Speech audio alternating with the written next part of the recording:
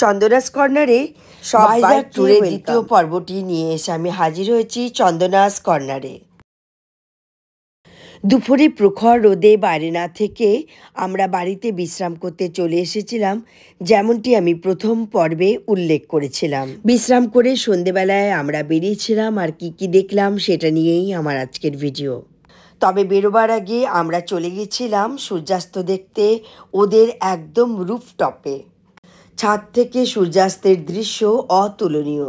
কোন দিকে কি আছে সুজাতা আমাদের এক্সপ্লেন করছিল। চতুর্দিকে সুন্দর সুন্দর বিল্ডিং, দূরে একটা পাহাড় দেখা যাচ্ছে, সেখানে কৈলাসগিরির মন্দির আছে। সুইমিং পুলটা যেন রুপটপের শোভায় আরো চার চাঁদ লাগিয়ে দিয়েছে। বেশ বড় সুইমিং পুলটা, চারিপাশে শান্তি ও প্রশান্তি বিরাজমান, আর বাতাসে ঠান্ডা ঠান্ডা ভাব। সুইমিং পুলের এক কোনায় দাঁড়িয়ে দুই বন্ধু গল্পে মত্ত।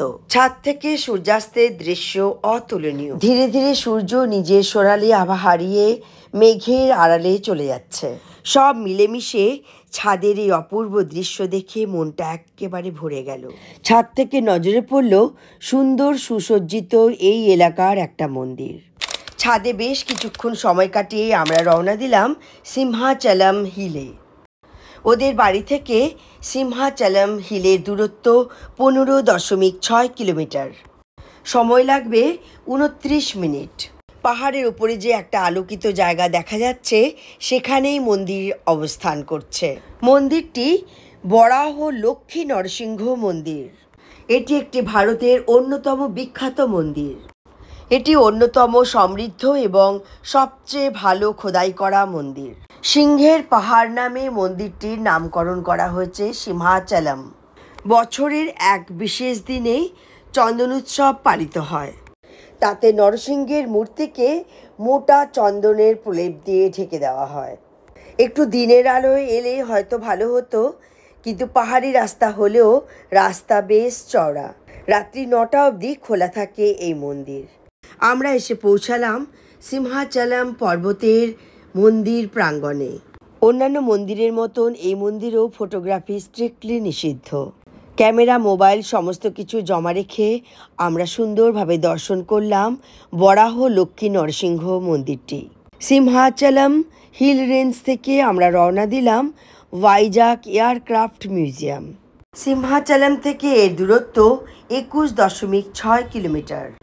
সময় লাগবে প্রায় 40 মিনিট। হিল রেঞ্জের ওপর থেকে নামার সময় পাতার ফাঁকে ফাঁকে পাহাড়ের সুন্দর বাড়িগুলো আলোকিত দেখতে খুব সুন্দর লাগছিল। দেখতে দেখতে আমরা অনেকটাই নিচে নেমে গেলাম। নিচে নেমে যাওয়ার পরেও গাড়ির জানলা দিয়ে পাহাড়ের দিকে তাকিয়ে এক সুন্দর দৃশ্য দেখলাম। মনে হচ্ছিল হাজার হাজার বাতির আলোকসজ্জা পাহাড়ের গায়ে। আমরা চলে এলাম আরকে বিচে। আরকে বিচে রাস্তার একধারে রয়েছে সাবমেরিন সংগ্রহালয়, আর অন্যদিকে রয়েছে TU-142 এয়ারক্রাফট মিউজিয়াম। যথারীতি টিকিট কেটে আমরা প্রবেশ করলাম TU-142M বিমানের সংগ্রহালয়ে। ভারতীয় নৌবাহিনীর TU-142M বিমানকে 30 বছর পরে অবসর নেওয়ার পরে তা মিউজিয়ামে রূপান্তরিত করা হয়েছে। পর্যটকদের জন্য এটি একটি প্রধান আকর্ষণ।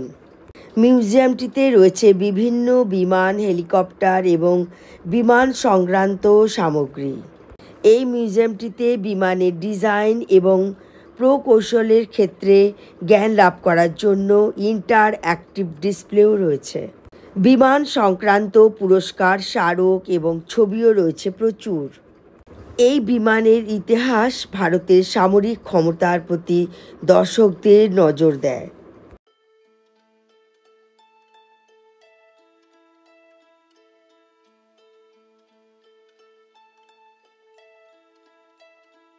I've been treading water for some time, picking up the parts of all my life.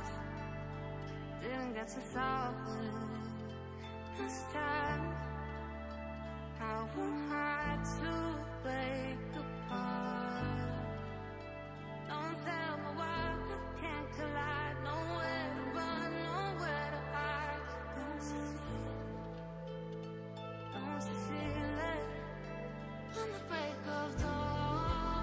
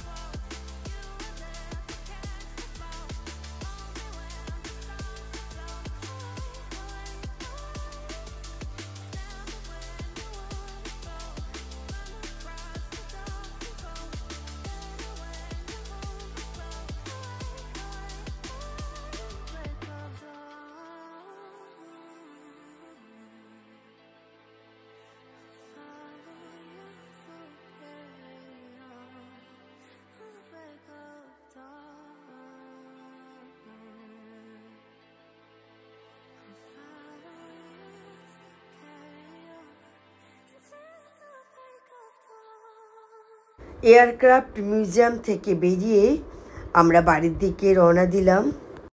প্রথম দিনের বেড়ানো আপাতত এই পর্যন্তই। পরের দিন আমরা কোথায় কোথায় গেলাম, কি কি দেখলাম, সব কিছুর ভিডিওস নিয়ে এসে আমি উপস্থিত হব পরবর্তী পর্বে। সঙ্গে থাকুন আর দেখতে থাকুন চন্দনাস কর্নার। Thank you.